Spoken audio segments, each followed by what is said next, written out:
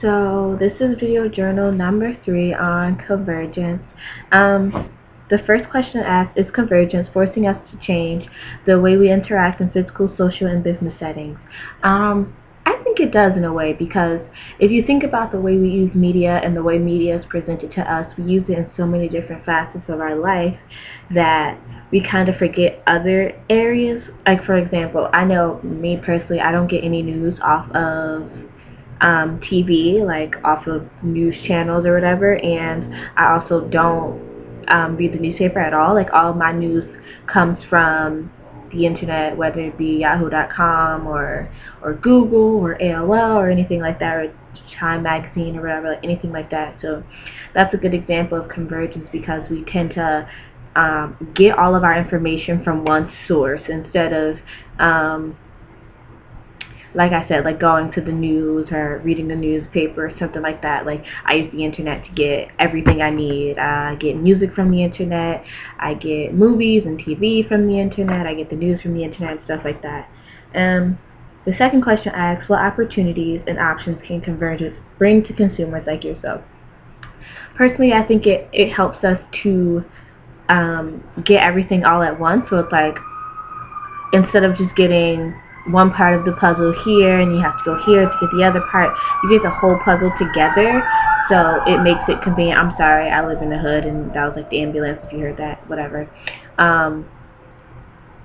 You get the full picture in one large sum, instead of having to do research here, research there, research here, all over, just to get a full picture. And that's another way that convergence is forcing us to change the way we interact, because I'm doing research for my psychology professor, and it's so much easier for me to get the articles and things that she's looking for just by going onto the computer or the library database and just finding it all there and printing out the articles from the books, instead of having to search for the books, search for the journals and the volumes and all that. It's a lot. So I mean, it's not necessarily to say that you can't go the old-fashioned way and like get stuff from books or wherever you want to go through, but it makes it easier, so a lot of people tend to go for the easier, I guess you could say. What challenge does convergence bring to content producers and providers? I think it is a little more difficult for smaller companies to kind of jump into the loop, especially if the big corporations have already taken over. So there's no room for really like town newspapers or stuff like that, because these big corporations are just like taking everything on at one time. So I think that's the issue, a challenge, so to speak. I think another challenge is just to stay current and stay constantly giving their consumers the information that they seek.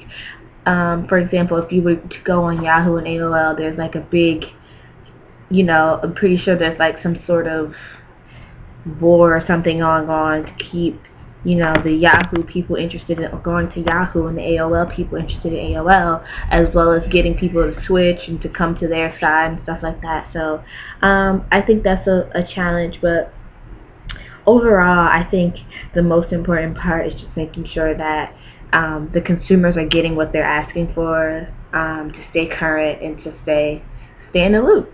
So yeah, that's my video journal number 3.